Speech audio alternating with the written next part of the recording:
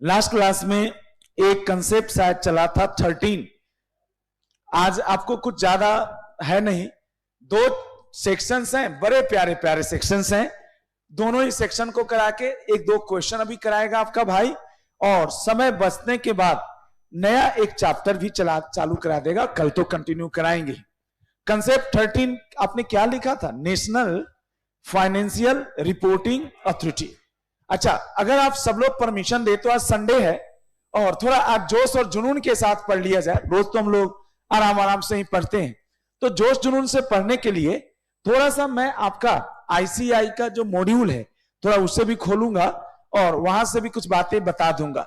National financial reporting authority, एक बार जरा मुझे बताइए। आपका प्यार इतना है बेटे, पहली बार है ना बेटा, पहली बार बेटे मुझे थोड़ी सी तबीयत के पता रात कैसे कमजोर सी हो रही थी, लेकिन आप लोगों के है ना बेटा, जैसे मैं आप लोगों का नाम लेकर एकदम फ्रेश हुआ, तैयार हुआ, फुल ऑफ एनर्जी आ गया बेटा। और ये बड़ी आप लोगों का प्यार है बेटा, पॉजिटिव। कितने भाई बहन पहले ये बताएंगे? सर ने 132 से पहले पढ़ाया था सेक्शन 133। आपको याद होगा कि accounting standard is notified by central government. कैसे होता था? अगर आपको याद हो तो सबसे पहले आईसीआई रिकमेंड करता था सीजी को, लेकिन सीजी जो है ना बेटा, हमारे ही रिकमेंडेशन को एग्जामिन करवा रही है। किससे करवा रही है? नफरा से। आपको बोला था ना कि पहले पति पत्नी ही थे और बीच में कौन आ गया था? ओह। अच्छा, एक चीज बताइए सर, आज आपका बड़ा प्यार है बेटे, और सही में मैं काफी हम्बल्ड हो गया है ना। इतने सारे बच्चे ऑनलाइन जुड़े हैं और अभिषेक भाई लोग सब लोग आ जाएंगे, थोड़ा समय दीजिए अभी, है ना। बच्चे 9:30 तक भी बोल रहे थे, आराम से आइए बेटा। बेटा जी, ये सब बातें तो ठीक है। नफरा में आपने शायद 2 टॉपिक पढ़ा था, शायद पहला था कॉन्स्टिट्यूशन एंड कंपोजिशन, कुछ ऐसा ही लिखवाया होगा, हो सकता है थोड़ा चेंज हो।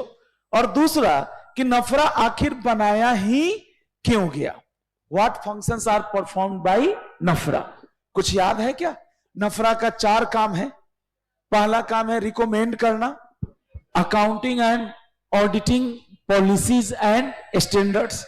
बेटा बहुत अच्छा, आप लोग बड़े प्यारे हैं। इसके शायद कितने फंक्शंस हम लोगों ने पढ़े थे? 4। और इसके बाद जो मुझे याद आता है हमने पढ़ा था, अच्छा कितने भाई बहनों को याद है थोड़ा आज अच्छे से? सर एक्स्ट्रा क्लासेस इसलिए भी जरूरी था बेटा कि थोड़ा ना इसी बहाने रिवाइज करा देता, थोड़ी बहुत एक्स्ट्रा बातें हो गई।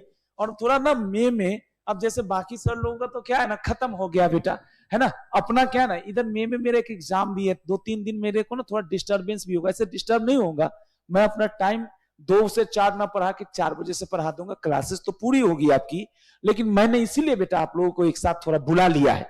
तीसरा मुझे बताइए कि नफरा क्या बेटा, नफरा छोटी बड़ी हर कंपनी के ऑडिटर को टच करेगी, ऑडिटर की क्वालिटी ऑफ सर्विस को देखेगी, ऑडिटर के खिलाफ पेनाल्टी लगाएगी, या बड़ी कंपनियों?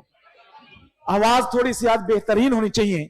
तो क्या नफरा हर छोटी मोटी कंपनी? अच्छा बताइए बहनों और भाइयों, आप ही लोग हैं मेरे बच्चे और संडे को बुलाया हूं, तो आज की पढ़ाई तो बेस्ट होकर जानी चाहिए। आज एकदम फ्रेश माइंड से आप लोग हैं बेटा।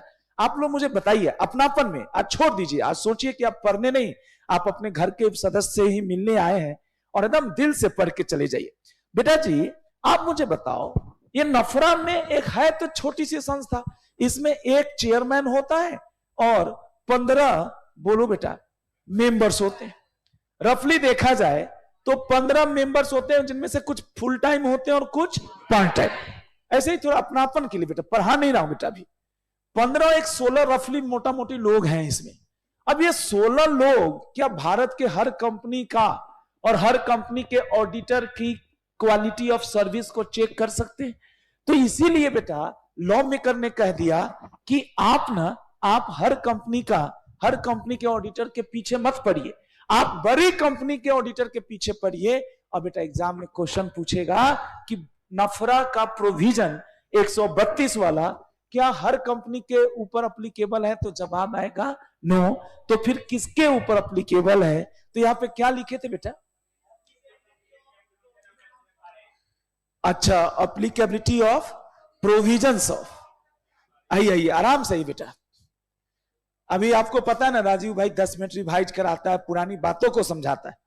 Applicability of provisions of NFRA, बहुत बहुत धन्यवाद। अच्छा, इसका कोई सेक्शन नहीं था, रूल 3 था, रूल 3 ऑफ नफरा रूल्स।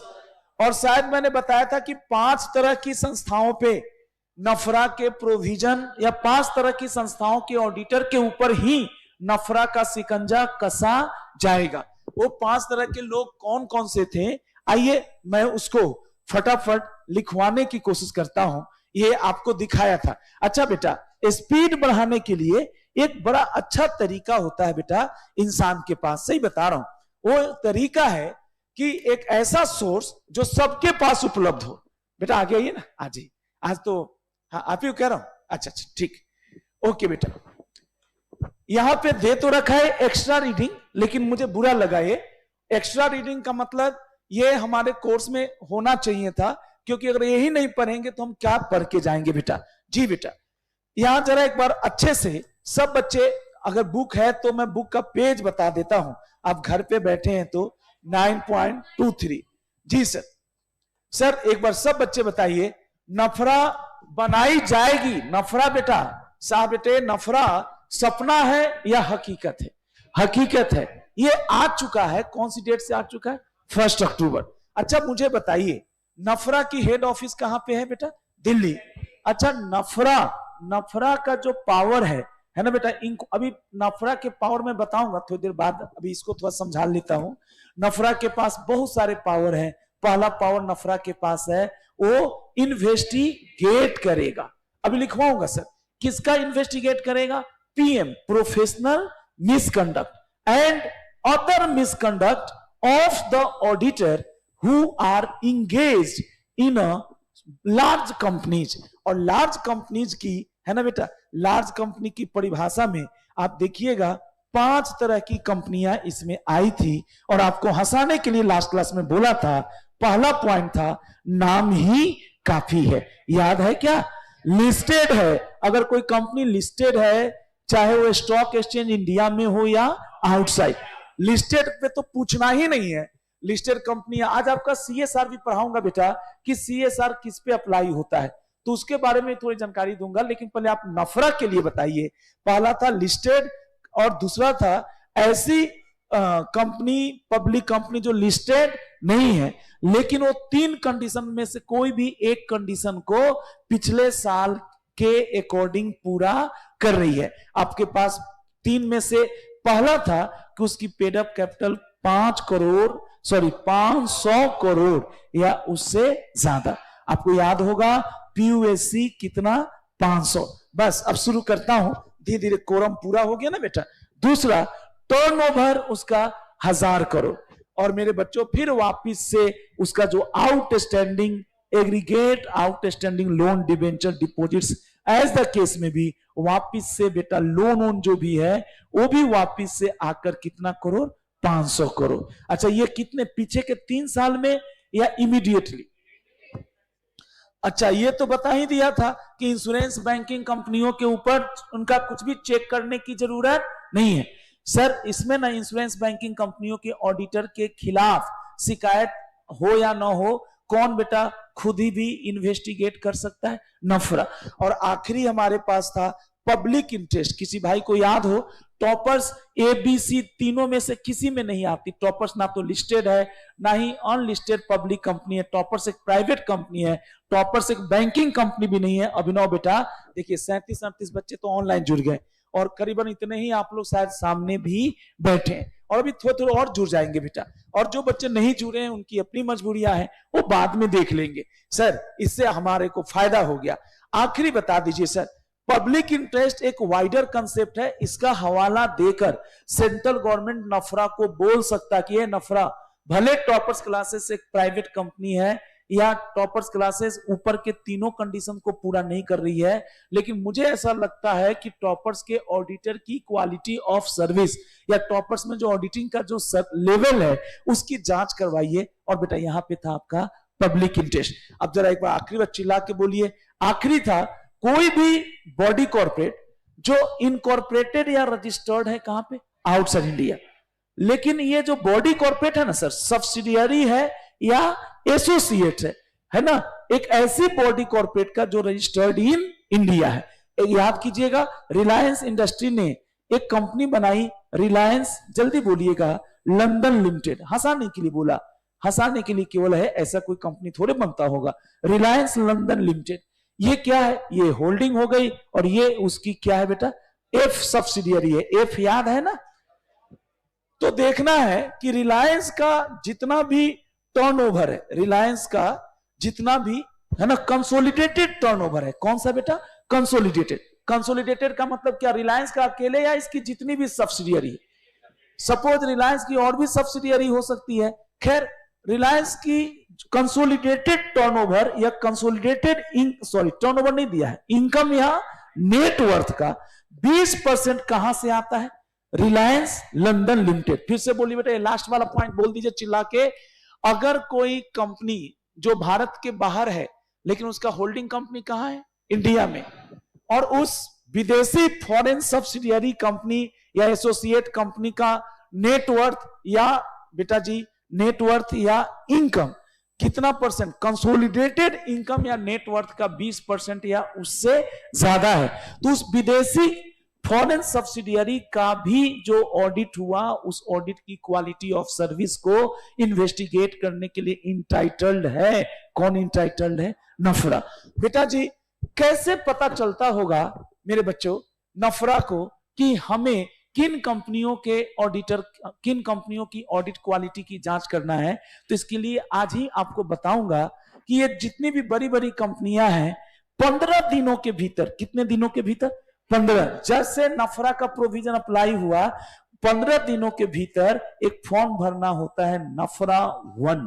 बेटा कंपनी भरेगी, कहां पे भरेगी, नफरा के पास, कि सर हमारी कंपनी ना लार्ज कंपनी की कैटेगरी में आ गया है और हमारे ऑडिटर का आप बैंड बजा सकते हैं। ये तो वही बात हो गई कि आप बैल मुझे मार वाली बात है।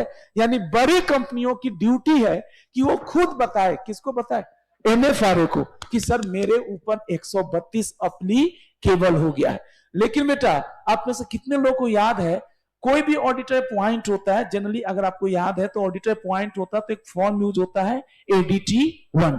जनरली एडीटी 1 बेटा अपॉइंटमेंट के कितने दिन में जाता है, 15 दिन, और नफरा भी कितने दिन में जाता है, 15।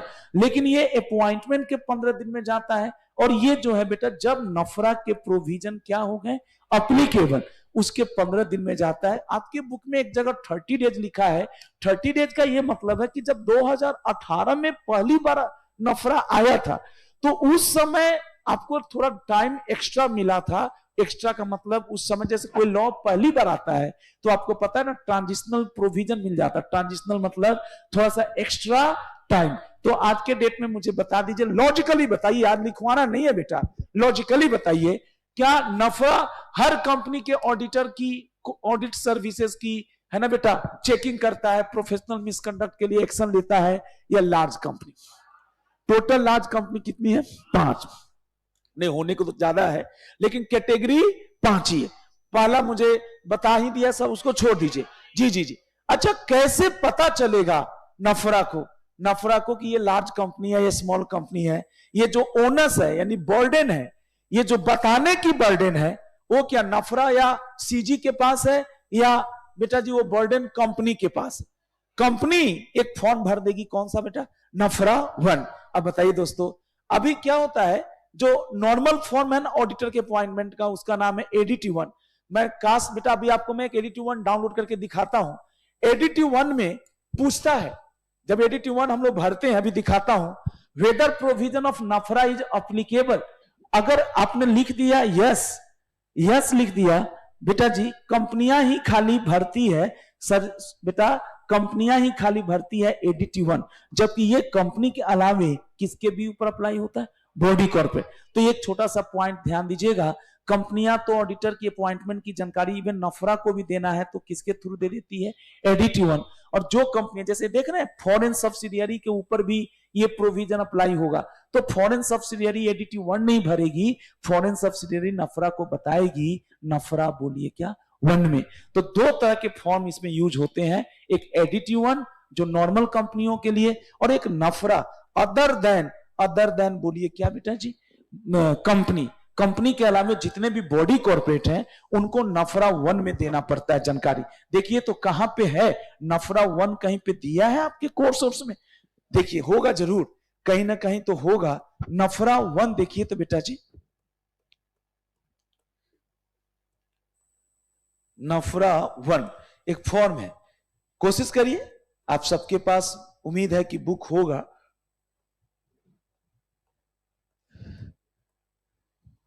नहीं तो मैं लिखवाऊंगा आपको, फाइन और पेनाल्टी तो है, कोई दिक्कत नहीं बेटा। खत्म हो गया बेटा, है लेकिन ये है ना, देखिए ये देखिए क्या है बेटा जी, नफरा 1। सर इस लाइन को पढ़ दीजिए, ये सबसे खतरनाक लाइन। क्या लिखा? एवरी एग्जिस्टिंग बॉडी कॉर्पोरेट, किसको छोड़कर? पक्का? कंपनी तो अपना जानकारी एक ही फॉर्म में देती है, कौन सा? एडीटी। फिर कौन सा बेटा? बॉडी कॉर्पोरेट सेल इनफॉर्म, बोलो कौन सा? नफरा। ये 30 डेज गलत नहीं है, परेशान मत होइएगा, 30 डेज में बताएगा, लेकिन ये 30 डेज कहां से लिया है? Commencement of NFRA rules. Sir मान ली नफरा आया था 1 अक्टूबर 2018 में, तो क्या उससे पहले बेटा जी जो शुरू में आया था उसको 30 डेज का मिला। आज के डेट में बताइए बेटा 2024 में अगर आपको इंटीमेट करना है तो नफरा 1 तो रहेगा, लेकिन ये 30 डेज बेटा, 30 डेज के बदले कितना होगा? 15 डेज। ये दिया नहीं अच्छे से, अदरवाइज और अच्छा हो जाता। सर ये 30 डेज कहां से लेना है, जल्दी बोलिए। कमेंस में क्या बेटा? ये वन टाइम प्रोविजन था, वन टाइम समझते हैं ना बेटा। आज के डेट में 30 डेज ना होकर कितना दिन है? 15 डेज। अब आपको मैं अच्छे से लिखवा दूंगा, है ना बेटा, ये छोटा सा पॉइंट है। अच्छा एक चीज और बताइए, एक लास्ट वर्ड, वो जो 5 कंपनियां थी जिनके ऊपर, या बॉडी कॉर्पोरेट्स थे जिनके ऊपर नफरा का 132 अप्लाई होगा, तो बेटा एक बार अप्लीकेबल हो गया, सपोज आपने याद किया था, थोड़ा दिल से बोलिएगा, लिस्टेड कंपनी पे नफरा के प्रोविजन अप्लीकेबल हो जाते हैं। मान लीजिए रिलायंस इंडस्ट्री लिमिटेड पे अब तक नफरा का प्रोविजन अप्लीकेबल था, आज है बेटा आपका कितना बेटा? 5 2024, 25 नहीं है, 5/5/2024।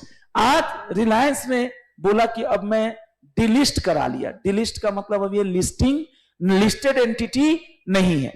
तो दोस्तों ये क्या बोलता है कि एक बार नफरा का भूत पीछे चल पड़ गया आपके ऊपर। कब पड़ेगा? जब 5 में से कोई ना कोई कंडीशन पूरे हो।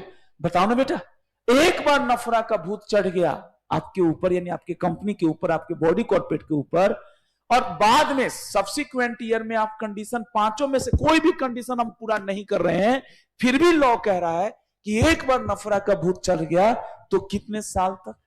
3 साल तक नफरा आपकी कंपनी के ऑडिटर को परेशान कर सकता है। अरे बोलो ना बेटा, एक बार आखिरी बार बोलो, नफरा का भूत। क्या हर कंपनी को नफरा के पास जो पावर है, नफरा के जो फंक्शंस हैं कि वो क्वालिटी चेक करेगा, auditing standard, accounting standard punish करेगा सीए को, ऑडिटर को, क्या वो हर कंपनी के लिए है या गिने चुने 5? दूसरा सवाल, थैंक यू बेटा। दूसरा, कैसे पता चलता होगा नफरा को कि ये कंपनी मेरे दायरे में आता है? तो ये किसकी ड्यूटी है? नफरा इन्वेस्टिगेट करेगा या कंपनी बताएगी? आज लिखना नहीं है, खुश होकर बोलिए, कंपनी बताएगी। किसको बताएगी? हर्ष बेटा, कंपनी किसको बता देगी? नफरा को। बताने के लिए 2 फॉर्म है, मैं लिख के दिखाऊंगा, एडीटी 1 भी है और नफरा भी है। टेंशन मत लीजिए, मैं जिंदा हूं बेटा। बता दिया, अब कितना दिन में बताएंगे वो सब बताऊंगा। बताने के बाद मान लो आप पे नफरा का भूत चढ़ गया, लेकिन ये लाइन को पढ़ना जरा, अ कंपनी और body corporate other than a company governed by nafra rules shall continue to be governed by क्या? nafra for a period of 3 years after it ceases to be listed। आप अगर listed company है और आप एक ही झटके में डीलिस्ट हो गए तो सर डीलिस्टेड तो हो गए, अब आप पे नफरा अप्लीकेबल कायदे से नहीं होना चाहिए, लेकिन ये कहा नहीं, एक बार पीछे पड़ गया तो कितने साल तक? 3 साल। जब से नफरा के प्रोविजन रूल्स आपके ऊपर अप्लीकेबल नहीं हुआ, उसके बाद भी एक्सटेंडेड पीरियड ऑफ 3 इयर्स तक नफरा आपका पीछे नहीं छोड़ेगा, है ना बेटा। आखिरी बताइए तो पनिशमेंट है, उसको छोड़ दिया जाए। अब नफरा के लिए यहां पे अब सब बच्चे जुड़ गए, तो थोड़ा सा दीपेश भाई और जो कुंदन जी हमारे हैं, तो सब बच्चों को अगर क्लियर हो तो आखिरी बार लास्ट बार बता दीजिए मुझे, और आज की सेवा को अब शुरू कर लें। ये जो चीजें टीचर सिखा रहा है, ये सेक्शन से नहीं उठाकर कहां से उठाया है, रूल से। आइए बेटा, मजा आ गया मेरे भाई, आप लोग हो ही मजेदार। जी दोस्त,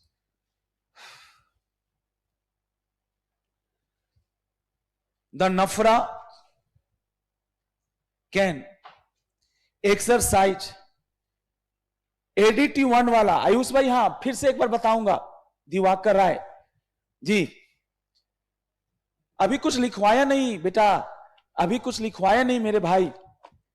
the NFRA can exercise it's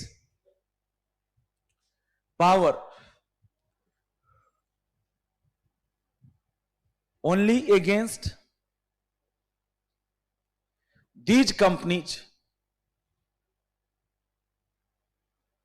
और बॉडी कॉर्पोरेट। इतना तो बेटा आयुष भाई पता होगा कि कंपनी और बॉडी कॉर्पोरेट में बॉडी कॉर्पोरेट थोड़ा बड़ा है। चलिए, थैंक यू सर। कंपनी और बॉडी कॉर्पोरेट में ये वाला कंसेप्ट, बॉडी कॉर्पोरेट थोड़ा वाइडर है। बहुत बार आप कंपनी नहीं है, 220 कंपनी की परिभाषा 220 में दी गई है, और 220 में कहा गया company means a company registered under companies act 2013 और एनी प्रीवियस कंपनी लॉ। तो दोस्तों ये अभी आ जाएगा आपके कोर्स में। The NFRA can exercise its powers only against this company और body corporate and their auditors. अब पावर कौन से हैं नफरा के, वो भी पढ़ाना है। क्या बात है बेटा, किनके ऊपर ये अप्लाई होगा। पहला,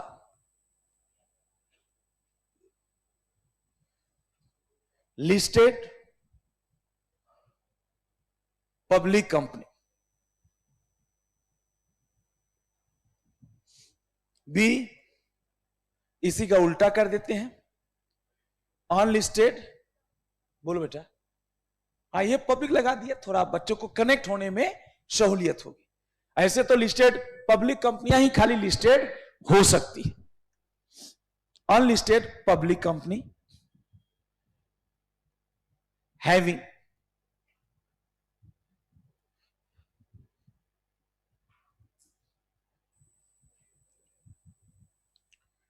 PUSC इक्वल टू और ग्रेटर देन ₹500 करोड़, और मेन बेटा यही याद रखना था आपको कि नफरा हर कंपनी को छेड़ेगा नहीं, ये बड़ी कंपनियों को छेड़ेगा। दूसरा बोलिए, टर्नओवर डबल कर देते हैं, 100 करोड़ 100,000 करोड़ डबल करना। और बेटा गुप्ता जी सारे के लिए है, सारे के लिए है, और है। और का मतलब कोई भी एक, अब कोई भी एक कब चेक करेंगे, करंट ईयर में चेक करेंगे या प्रीसीडिंग, और नीचे आएगा, अभी आएगा बेटा। आप लोग थोड़ा बेटा मौसम पूरा बदल दिए आप लोग, गजब। आखिरी, एग्रीगेट ओएस पकड़ में आ ही जाएगा। आउटस्टैंडिंग लोन, डिवेंचर्स, डिपॉजिट्स, वापिस से 500 करोड़। सर थोड़ा इसको बाहर की तरफ लिखिएगा सेमीकोलन लगाने के बाद। एज ऑन, ये जो फिगर लेने हैं ना बेटा, पिछले साल का जो ऑडिटेड एफएस है, एफएस मतलब फाइनेंशियल स्टेटमेंट, एकदम इनकम टैक्स जैसा है नहीं बेटा। इस साल हमें नफरा को रिपोर्ट करना है कि नहीं, बोलो ना मेरे बच्चे। इस साल मतलब ये कौन सा साल चल रहा है सर, 24-25। एक उदाहरण दे रहा हूं सर, 24-25 में नफरा जी को रिपोर्ट करना है कि नहीं, इसके लिए मैं 23-24 में अपना 31 मार्च वाला चेक करूंगा। अगर मैं लिस्टेड नहीं हूं, पब्लिक हूं, लेकिन पब्लिक कंपनी हूं लेकिन लिस्टेड नहीं हूं, तो मैं ये सब चेक करूंगा। As on the 31st March of immediately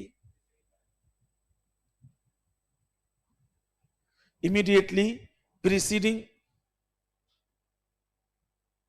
FY। Thank you बेटा। सी पॉइंट, हर सब्जेक्ट में बेटा ना, हर सेक्शन में, मुझे तो कहता हूं सब्जेक्ट छोड़िए, हर सेक्शन में एक आधा ही मेन पॉइंट होता है। अगर आप लोग रेगुलर हैं, है ही बेटा, तो दिल से बताइए, नफरा में घुमा फिरा के एक ही बात आ रहा है कि नफरा सेलेक्टेड कंपनियों को ही परेशान करेगा। और राजीव सर पिछली क्लास में भी यही पढ़ाया था, लिखवाया नहीं था, और आज भी वही पढ़ा रहा है कि नफरा हर कंपनी को और हर कंपनी की क्वालिटी ऑफ सर्विस को या हर कंपनी के ऑडिटर के प्रोफेशनल मिसकंडक्ट की जांच नहीं करेगा। यही कुछ खुशनसीब कंपनियां हैं, और यहीं पे बच्चों को दिक्कत है कि इन कंपनियों के बारे में नफरा को कैसे पता चलेगा। तो वो बताता हूं बेटा, अब बता दो नफरा को कि हमारे ऊपर अप्लीकेबल हो गया है। जी, बताने का तरीका थोड़ा अलग सा है। सी बताइए, बैंकिंग।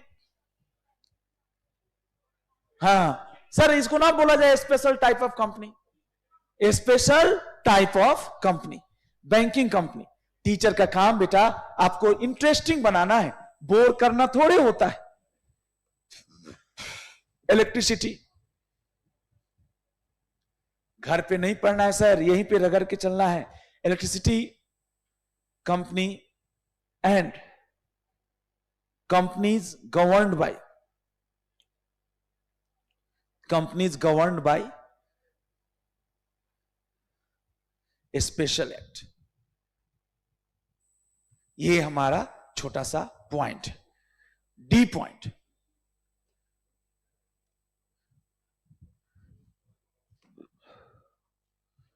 हेडर डाल दीजिए, पब्लिक इंटरेस्ट।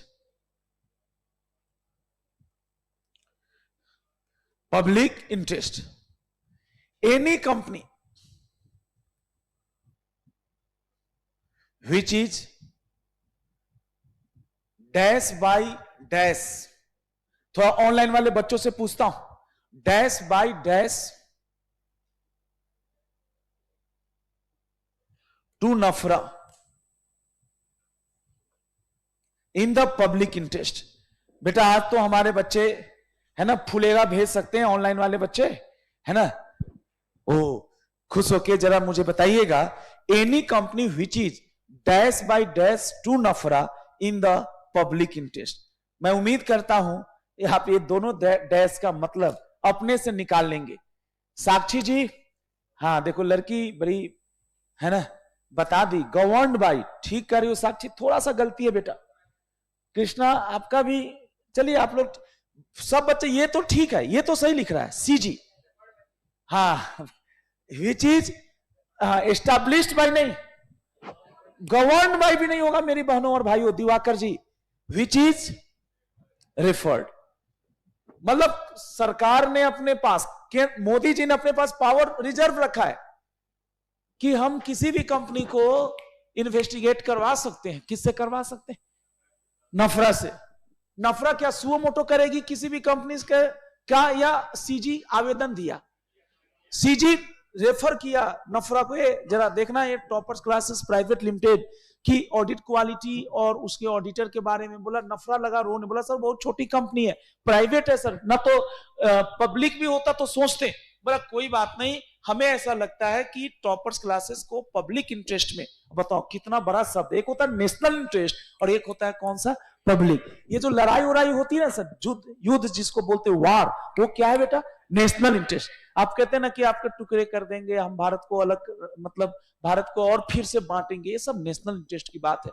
और पब्लिक इंटरेस्ट में क्या है सर, दिल्ली की, बुरा मत मानिएगा, हवा जहरीली हो जाती है कभी कभी, अभी तो बहुत अच्छा है, मतलब टचवुड वाली बात है सर, यकीन मानिए दिल्ली अभी ठीक ठाक है, पॉल्यूशन के लेवल पे, गर्मी के लेवल पे, हर मामले में ठीक है, इन द पब्लिक इंटरेस्ट। और आखिरी, कितने महान है, हाँ जी, जी मेरी बहन, एक्चुअली ना अभी जो आज जो टॉपिक चल रहा है ना मेरी बहन, नफरा का 132 उतना अच्छे से बताया नहीं है, तो उसको सपोर्ट करने के लिए रूल है। लेकिन आपको इतना याद नहीं करना कि रूल पढ़ा रहा है सर जी या सेक्शन। आपको खाली ये याद रखना है कि सर जी ने 132 नंबर सेक्शन पढ़ाया था, है ना बेटा। और उस 132 का रूल 3 रूल 4 से कोई मतलब नहीं, बट ये आपको एग्जामिनर पूछता है कि किन कंपनियों पे केस स्टडी आएगा। अभी मैं करा के करा दिखाता भी हूं। आइए बेटी, ई नंबर पॉइंट बताइए लास्ट में, ई। आइए बेटा सुंदरम भाई बैठिए आराम से। फॉरेन सब्सिडियरी और एसोसिएट। चलिए बच्चों से ही मोटिवेशन। गॉट इट सर, गौरव भाई, दिवाकर, आयुष। बेटा जी ये बच्ची बताएगी कुछ, थोड़ा सा खुल जी, है ना बेटा। सही बता रहा हूं, हम लोग बेटा जब रैंक दिलाते थे बच्चों को एक्स्ट्रा क्लासेस देते थे। आज तो खैर पढ़ाने के लिए ऐसे ही बुलाते थे बच्चों को कि भाई आओ बैठ के 2 घंटे 1 घंटे रिवीजन करेंगे, क्वेश्चन बनाएंगे। क्या बुराई है सर, अपना करिए। सब लोग बताइए, सब बच्चे बताएंगे फॉरेन, बोलो क्या, सब्सिडियरी। उसका बाप कहां है, बाप मतलब होल्डिंग कहां है, इनकॉर्पोरेटेड इन इंडिया। तो इस फॉरेन सब्सिडियरी क्या ये छोटी मोटी सब्सिडियरी है, ना ना ना। जो होल्डिंग कंपनी की कंसोलिडेटेड इनकम है या नेटवर्थ है, बताना बेटा, लिखना जरा। एनी फॉरेन सब्सिडियरी और एसोसिएट कंपनी विच जल्दी बताइए, विच। हाँ वो छोड़ दिया मैंने, वो उतना हम लोग समझदार है। विच कंट्रीब्यूशन मतलब योगदान टू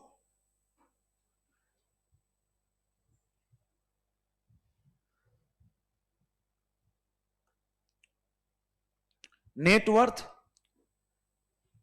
और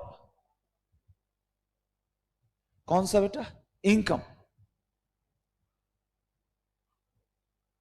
whose contribution to net worth or income is 20% और नहीं, ग्रेटर देन, और नहीं है बेटा, हाँ एक्सीड्स है, इज 20% नहीं है, मोर देन, हाँ वही होगा ना, एक्सीड्स मतलब more than 20% of consolidated net worth और इनकम ऑफ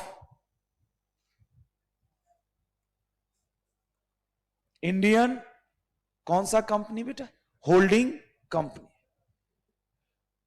सर कोई कंपनी विदेश में सब्सिडियरी है, क्या इसको कंपनी कहा जाए या इसको बॉडी कॉर्पोरेट कहा जाए, बॉडी कॉर्पोरेट। चलो एक बार बताओ एग्जाम्पल के तौर पे, वही एग्जाम्पल रखो, एग्जाम्पल चेंज नहीं करने का। रिलायंस है, इसकी एक इंडिया में सब्सिडियरी है रिलायंस जियो लिमिटेड, और एक सिंगापुर में है रिलायंस, हाँ पीओ लिमिटेड, हाँ पीओ, शराब। अरे जियो है तो पीओ भी होगा, हाँ अच्छा पीओ नहीं तो क्या लिखो, पोलियो। संडे है, संडे वाला, जल्दी बोलिए ना। चलो रिलायंस स्पोर्ट्स लिमिटेड लिख देता हूं, रसमलाई लिमिटेड। अभी नालायको, क्या तुम भड़काते रहते हो राजीव सर को। सिंगापुर, हाँ तुम कुछ कह रहे हैं, हाँ बच्चा पार्टी, पढ़ाई कर, पढ़ाई 12 बजे एकदम डॉट तुम्हारे लिए सेवा हो जाएगी। अच्छा रिलायंस स्विस लिमिटेड, शशि नायक लिख के भेजा सर, वो लिखो ना जैसे लास्ट क्लास में एग्जांपल देते थे। रिलायंस बोलो कौन सा, स्पोर्ट्स। अब मुझे बताओ भाई साहब, रिलायंस बनाएगी ना, क्या बनाएगी? एफएस पक्का बनाएगी। एफएस में वही बैलेंस शीट, मान लो रिलायंस का, एक बात कर रहा हूं, कंसोलिडेटेड एफएस, रिलायंस की हम बस एक ही पे समझा रहे हैं, इनकम कंसोलिडेटेड। कंसोलिडेटेड का मतलब रिलायंस की खुद की, रिलायंस जियो लिमिटेड की, बोलो ना बेटा, रिलायंस जियो लिमिटेड और रिलायंस कौन सा, स्पोर्ट्स लिमिटेड, इन सब की इनकम 100 करोड़ है, रुपीज 100 करोड़, तीनों का मतलब 1 2 और ये 3। पहले मुझे बताओ इसमें फॉरेन सब्सिडियरी कौन है? थर्ड वाली रिलायंस।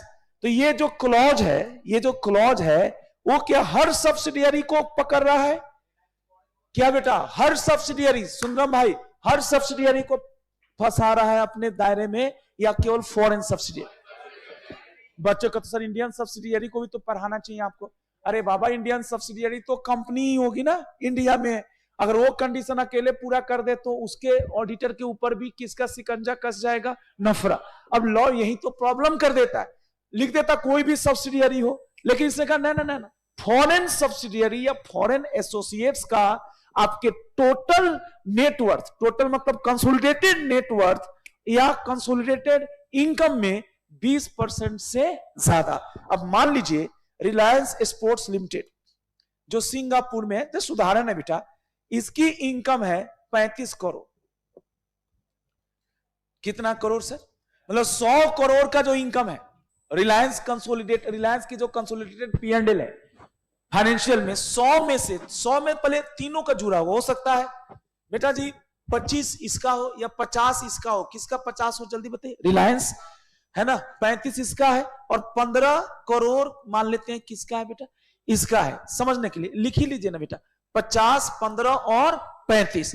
अब आप मुझे बताइए, पहली बात तो इंडियन सब्सिडियरी हमें ध्यान ही नहीं देना है ना। अब आप मुझे बताइए यहां पे क्या लिखेंगे? सिंस रिलायंस स्पोर्ट्स लिमिटेड, गौरव भाई क्लियर हो तो बताइएगा। लिमिटेड कंट्रीब्यूशन, नहीं आज पढ़ रहा है, कंसोलिडेटेड कैसे आया बेटा? एक बार बोलो अच्छे से जी, कहां से आया? कहां? वो तो कोई फिगर लेना होगा ना मेरे बच्चे। अच्छा, 100 करोड़ ही क्यों लिया? अच्छा, कहां से आए? देखो बेटा, रिलायंस की 2 सब्सिडियरी है ना बेटा। रिलायंस अपना कंसोलिडेटेड बैलेंस शीट बनाएगा, P&L बनाएगा ना बेटा। तो हमने बोला कि कंसोलिडेटेड एफएस जो बनाया उसमें उसकी इनकम टोटल जो है, प्रॉफिट जो है वो 100 करोड़ आया। 100 करोड़ कहां से आया? रिलायंस का मैंने एज्यूम कर लिया खुद का 50 करोड़ है, रिलायंस की जो दूसरी सब्सिडियरी है उसका 15 करोड़ है, और रिलायंस की जो एक फॉरेन सब्सिडियरी है उसका 35 करोड़ है। वो तो हमने बाद में बताने की कोशिश किया, मैंने बताता भी नहीं, तो हमने तीनों को जोड़ दिया तो 50, 15 और 35 100 करोड़ हो गया। फिर राजीव सर देखो ना बेटा, टारगेटेड एग्जांपल देता है टीचर, समझते हैं मेरे बच्चे? टारगेटेड मतलब बच्चा को जल्दी समझ में आ जाए, है ना बेटा? तो इसीलिए मैंने दिया, और कोई बात नहीं। जी बेटा, यहां क्या लिखेंगे? Since Reliance sports limited contribution in income, in consolidated income, कोई बात नहीं बेटा, यही तो इसका मेन था। अब इसके बाद इसमें कोई दम थोड़े रहेगा, सिर्फ रिपोर्टिंग करना है। कंसोलिडेटेड इनकम इज कितना परसेंट सर जी? परसेंटेज बता दीजिए। 35%, विच एक्सीड्स,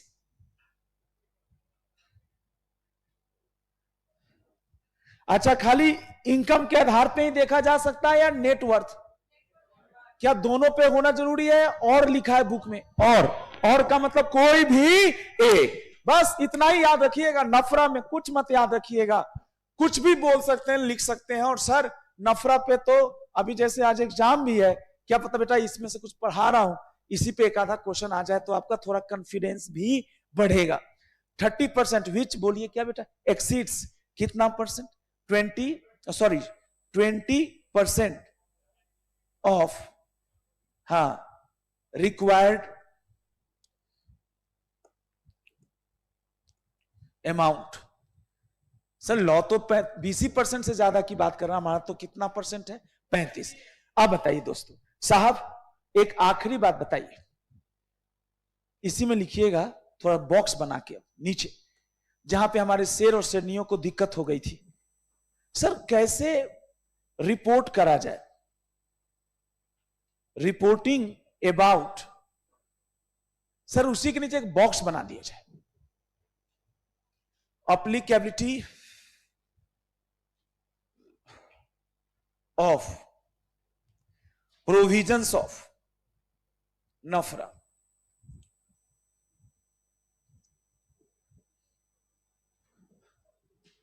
मेरे बच्चों,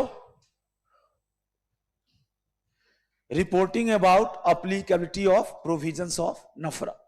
नफरा के प्रोविजंस की एप्लीकेबिलिटी के बारे में आपको रिपोर्टिंग की बात थी। जो एक्स्ट्रा पॉइंट भाई बहने सुनिएगा,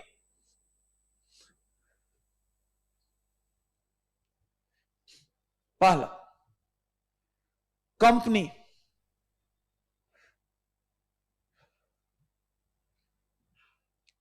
will file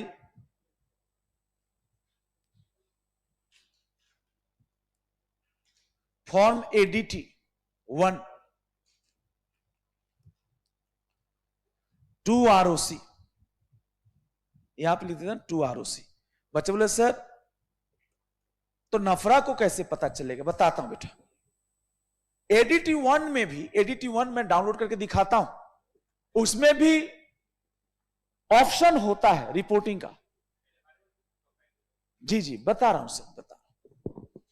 with in 15 days of appointment of auditor,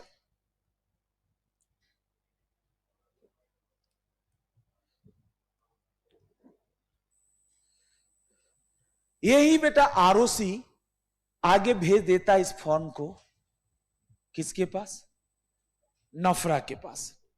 दूसरा जो आपको कोर्स में है, बॉडी कॉर्पोरेट, जिनके ऊपर जबरदस्ती थोप दिया आपने नफरा के प्रोविजंस।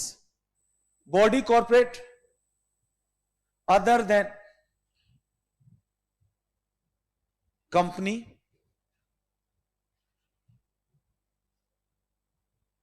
Will file. अरे भाई साहब सुनो, कंपनी तो ADT 1 ही बताएगी, में बता देगी। किसको बता देगी? आरओसी। और इसी फॉर्म में फैसिलिटी होती है कि वही फॉर्म आरओसी के साथ साथ कहां चली जाएगी? नफरा। लेकिन कुछ ऐसी संस्थाएं हैं जो कंपनी की परिभाषा में नहीं आती, जिनके ऊपर चैप्टर 10 ऑडिट एंड ऑडिटर का कंसेप्ट अप्लाई नहीं होता। एक बात कर रहा हूं, बॉडी कॉर्पोरेट अदर देन क्या? Company will directly inform. अब तो बता दो, डायरेक्टली इन्फॉर्म किसको इन्फॉर्म करेगा? नफरा को। बहुत अच्छा, हाँ इन्फॉर्म नफरा विद इन, तुम्हारे बुक में 35 दिन है, गलत नहीं हो, बट 30 डेज तो तब था जब ये पहली बार अप्लाई हुआ था। अब वो 30 डेज का महत्व नहीं है। अब दिया है तो मैं क्या बोलूं? Within 15 days of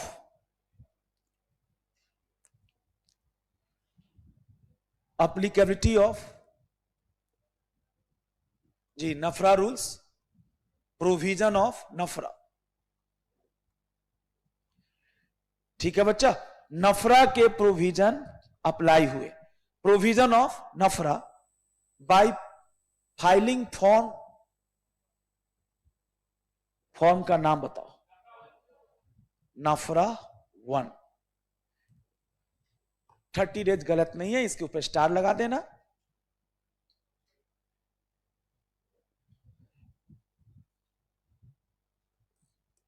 thirty days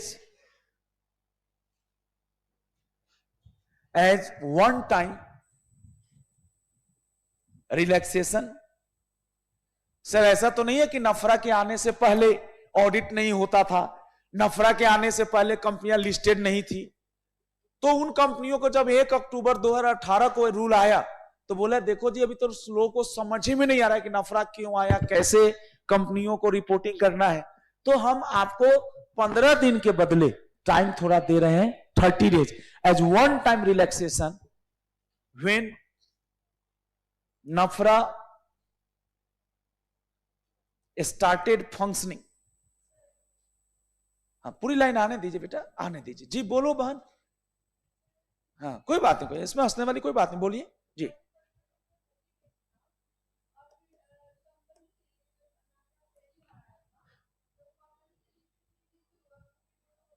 जी जी जी बेटा, जी बेटा, बिल्कुल। बस इतना दिमाग में रखिएगा कि एडीटी 1 हो या नफरा 1 हो, 15 ही दिन में जाता है। बुक लेकिन अच्छे से दिया नहीं है तो मजबूरी हो जाती है टीचर का, वो समझा रहा है आपको और कोई बात नहीं। 30 when NFRA started functioning for first time. कुछ मैंने बेटा आपको सिर्फ समझाने के लिए लिखा है। अब बेटा एक लंबा सांस ले लीजिए। नफरा में अभी भी खत्म नहीं हुआ, एक वो 3 साल वाला भी लिखवाना पड़ेगा। जल्दी बोलो, हिंदी में बोलो ना, थोड़ा तोड़ के बोलो, बुक तो है ही। अगर लिस्टेड है और आप लिस्टेड नहीं रहे, आपका अनलिस्टेड पब्लिक कंपनी है और पिछले साल में आपका जो क्या था बेटा, नहीं पीछे तो आपको नफरा अप्लीकेबल था, लेकिन जो लेटेस्ट चेक कर रहे हैं, सपोज बेटा मेरे पे 22-23 में नफरा अप्लीकेबल था, 23-24 में मैं चेक कर रहा हूं, 23-24 में या 24-25 में, तो मेरा टर्नओवर एक्सेट्रा बहुत ही क्या हो गया है, कम। तो नफरा मेरे पे कायदे से अप्लीकेबल नहीं है। तो कह रहा है कि सर इवन जब कंडीशन आपके ऊपर अप्लीकेबल नहीं भी हो रहा है जी, बॉडी कॉर्पोरेट वाला बता दो। जी सर, जी सर, बॉडी कॉर्पोरेट। दिवाकर जी उस समय भी यही बात पूछे थे जी। मेरे बच्चे ये थोड़ा अजीब सा है, बॉडी कॉर्पोरेट। बॉडी कॉर्पोरेट में मान कर चलो ना बेटा, ये हम बात कर रहे हैं किसके लिए, फॉरेन सब्सिडियरी के लिए। ठीक है मेरे बच्चों, LIC के लिए। LIC समझ रहे हैं सर, LIC क्या है आपका, ना ना ना, मतलब LIC इंश्योरेंस कंपनी है। हो सकता है LIC की स्थापना एक सेपरेट एक्ट से हुई हो, LIC का सेपरेट एक्ट हो सकता है या है ही। देखो दिवाकर जी उस समय भी इनको डाउट था और अभी भी फिर से वही डाउट आ गई। मेरी बहनों और भाइयों, कंपनी तो वही होता है ना जो कंपनी एक्ट में रजिस्टर्ड हो, और बॉडी कॉर्पोरेट तो जैसे विदेश की कंपनियां, फॉरेन कंपनियां भी कंपनी नहीं होगी लेकिन क्या हो जाएगी, बॉडी कॉर्पोरेट। इनका यह सवाल है कि बॉडी कॉर्पोरेट वाला एक बार और बता दो। सर मैं सिंपल बताता हूं, बॉडी कॉर्पोरेट के उदाहरण हो सकता है फॉरेन सब्सिडियरी कंपनी। बेटा कंपनी की परिभाषा तो याद है ना, दिवाकर जी आप ही बताइए बेटा, आप लोगों का डाउट क्लियर है पहले? क्या मतलब नफरा का जो रूल्स है या नफरा की जो प्रोविजन की एप्लीकेबिलिटी है खाली कंपनियों पे ही है या अदर देन कंपनीज पे? तो कंपनियां जो है वो तो एडीटी 1 भरती है, उसी में नफरा को इंटीमेशन चला जाता है। लेकिन जो कंपनीज अदर देन, मतलब body corporate other than companies है, जिनके ऊपर शायद कंपनी लॉ या एडीटी 1 अप्लीकेबल नहीं है, उनके लिए हमने अलग से क्या बना दिया, फॉर्म। और कोई बात नहीं। LIC समझिए सर, LIC कैसी कंपनी है, PFI भी है, और कैसी कंपनी है, इंश्योरेंस कंपनी, गवर्न्ड बाई जी, गॉट इट सर, बहुत अच्छे, गवर्न्ड बाई, यही तो बेटा खतरनाक लॉ है। और बेटा सुनिए, एक टीचर का काम पढ़ाना नहीं होता, ये पकड़ में आ जाना चाहिए था कि सर बोल क्या रहे हैं। बताइए बेटा, governed by a special act, not a company but a, कौन सा बेटा, बॉडी कॉर्पोरेट। तो नफरा को कैसे पता चलेगा कि नफरा ने किस बंदे को LIC ने अपना ऑडिटर अपॉइंट किया है?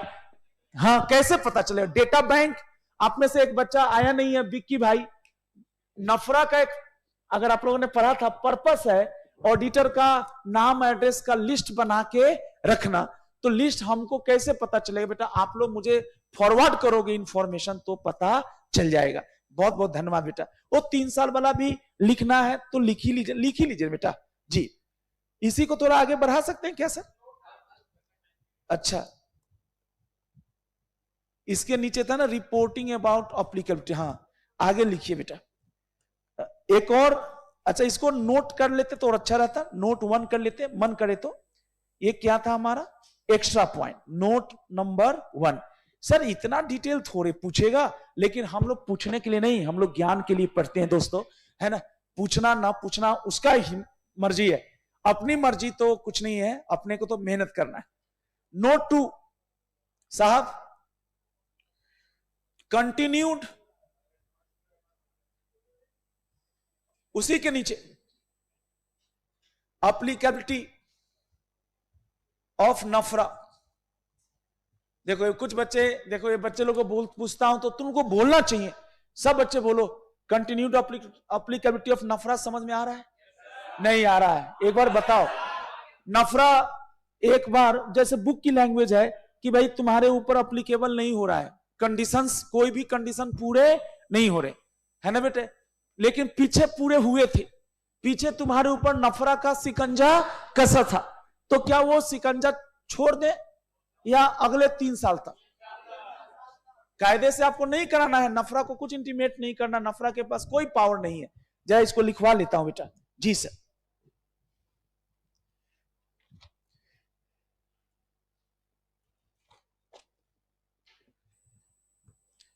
लिखिएगा बेटा,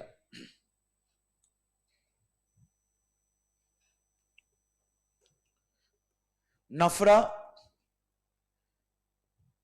continue to govern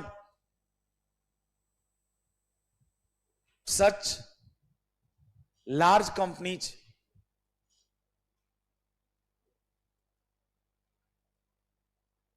for next कितना बेटा 3 years, even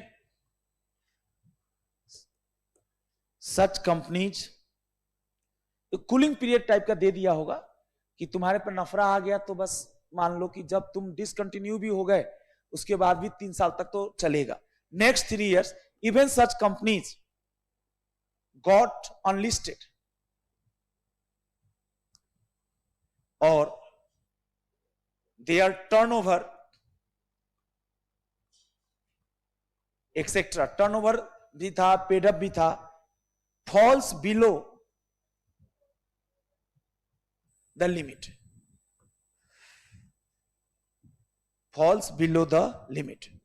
बेटा एक मजे के लिए मैं एक फॉर्म दिखाता हूं, क्या पता खुल जाए तो। ADT 1, कौन सा फॉर्म बेटा? ADT 1।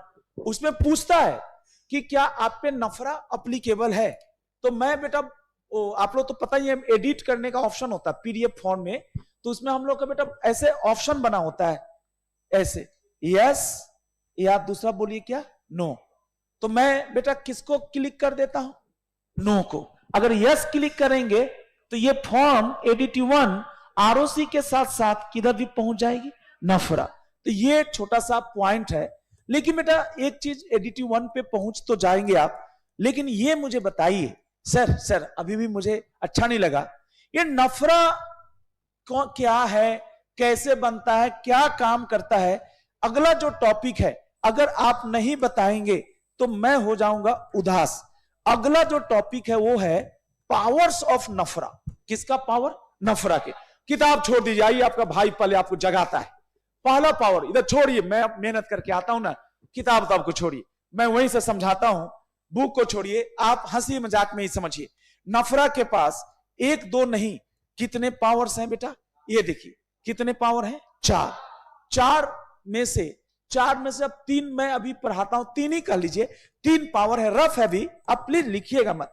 सर जी नफरा का अब टीचर सिखा रहा है आपको, जल्दी बोलिए क्या पावर? सर सुनिए, घबराइए मत, जिंदा है आपका भाई। पहला पावर है बेटा जी टू कंडक्ट, बोलो क्या? इन्वेस्टिगेशन। खुद छोड़ दीजिए बुक को, क्या करेगा? जांच करेगा। किसकी जांच करेगा? सुनिएगा, प्रोफेशनल मिसकंडक्ट और अदर मिसकंडक्ट। बोलिए, बोलना तो होगा, कौन सा? Professional misconduct. जैसे व्हाट इज प्रोफेशनल मिसकंडक्ट? दोस्तों, आप चार्टर्ड अकाउंटेंट बनेंगे ना, तो जनरली अगर आप कुछ बदतमीजी करेंगे तो हमारे आईसीएआई का एक डिसिप्लिनरी कमिटी होता है। एक बार रिपीट कीजिए तो, कौन सा कमिटी? डिसिप्लिनरी। आप किसी स्कूल कॉलेज में पढ़ते थे, वहां भी सर जो टीचर लोग होते थे, उन्हीं में से एक आधा टीचर जो थोड़ा स्ट्रिक्ट होता था, राजीव सर जैसे नहीं, उसको बोलता तुमको बना देंगे हम हेड। किसका? डिसिप्लिनरी कमिटी का। टीचर भी था वो और हेड भी हो जाता था डिसिप्लिनरी कमिटी का। क्या छोड़िए बेटा जी, कोई भी सीए मेरे बच्चों, कोई भी सीए अगर पीएम करता है, पीएम मतलब प्रोफेशनल मिसकंडक्ट। अब पूछो सर ये क्या होता है पीएम? बता दूंगा, है ना बेटा। प्रोफेशनल मिसकंडक्ट करता है या किसी भी तरह का क्या करता है? मिसकंडक्ट करता है, अदर मिसकंडक्ट। तो जनरली जब तक नफरा जब तक नहीं आया था, उस सीए को कंपनी एक्ट में पेनाल्टी तो लगती थी, लेकिन हमारा इंस्टीट्यूट भी इंटरनल इंक्वायरी बैठाता था कि तुम्हारे चलते हमारे प्रोफेशन का नाम क्या हो रहा है? खराब। सर आज दिल से पढ़ लीजिए, किताबें तो रोज ही पढ़ते हैं बेटा जी।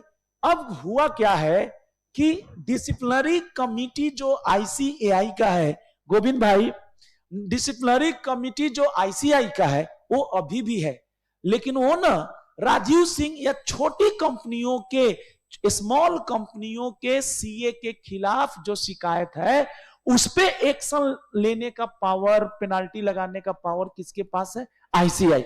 और ये जो मेरी बहनों, ये 5 जो गंदे कंपनियां पढ़ाया था, बोलो ना बेटा, अरे अभी पढ़ाया था ना 5, इनके सीए के खिलाफ इन्वेस्टिगेट करने का पावर छीन लिया गया। किससे छीन लिया गया? आईसीआई से, और दे दिया गया नफरा को। यानी नफरा का पहला पावर है, जल्दी बोलो, इन्वेस्टिगेट। नहीं, चिल्ला के बोलना है। क्या NFRA can investigate the professional misconduct, complaint of professional misconduct? और जी बेटा, प्रोफेशनल मिसकंडक्ट एक्सेट्रा जो होता है बेटा, क्या नफरा ही खाली इन्वेस्टिगेट करता है या आईसीएआई भी? आईसीआई सिर्फ और सिर्फ किसका इन्वेस्टिगेट करती है? छोटे का, जो 5 के लिस्ट में नहीं है। टॉपर्स वाले ही मेरा शिकायत कर दिए, मान लीजिए आईसीआई को, कि मेरा ऑडिटर मेरे बुक्स ऑफ अकाउंट्स को अच्छे से जांच नहीं किया, या जांच किया लेकिन मुझे ऑडिट रिपोर्ट नहीं दिया, या गलत किया मेरे साथ। एक बात कर रहा हूं, टॉपर्स वाले ही मेरी कंप्लेंट कर दी आईसीआई में, तो मेरा खिलाफ इन्वेस्टिगेशन कौन करेगा? आईसीआई। लेकिन बेटा रिलायंस इंडस्ट्री लिस्टेड कंपनी का मैं ऑडिटर हूं, रिलायंस खुद ही चला गया या सीजी कह दी, या नफरा खुद इन्वेस्टिगेट कर सकता है। किसके खिलाफ इन्वेस्टिगेट कर सकता है? ऑडिटर। जब ऑडिटर के ऊपर आरोप लगे हैं कि ही इज गिल्टी ऑफ, बोलो क्या? प्रोफेशनल मिसकंडक्ट और अदर। एक बार जी बेटा फटाफट बताइए, जी बेटा जी फटाफट समझिए। गौरव भाई, if CA got it number cancel then what happen to CA?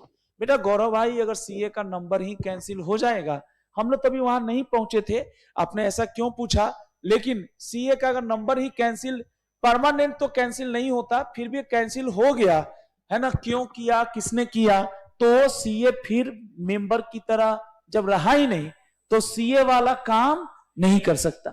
But जीवन में वो राशन की दुकान तो खोल सकता है ना, कोचिंग क्लासेस में पढ़ा तो सकता है। जी बेटा, सीए का काम नहीं कर सकता। बहुत अच्छे बेटा अभिषेक भाई, बहुत अच्छा। तो एक तो पहला हो गया, बोलो क्या करेगा? इन्वेस्टिगेट। क्या बात है बेटा, खाली इन्वेस्टिगेट करेगा। इन्वेस्टिगेट किया और पता चला कि सीए साहब के ऊपर जो आरोप लगे थे उसमें उनकी गलती है, तो लगाएगा सीए साहब के ऊपर क्या? पेनल्टी। और सिर्फ पेनल्टी नहीं लगाएगा, सीए साहब को क्या करेगा? दीवार। दीवार का मतलब बोलेगा कि कम से कम 6 महीने और ज्यादा से ज्यादा 10 साल तक आप किसी भी कंपनी का कोई भी ऑडिट, इंटरनल ऑडिट भी नहीं कर सकते।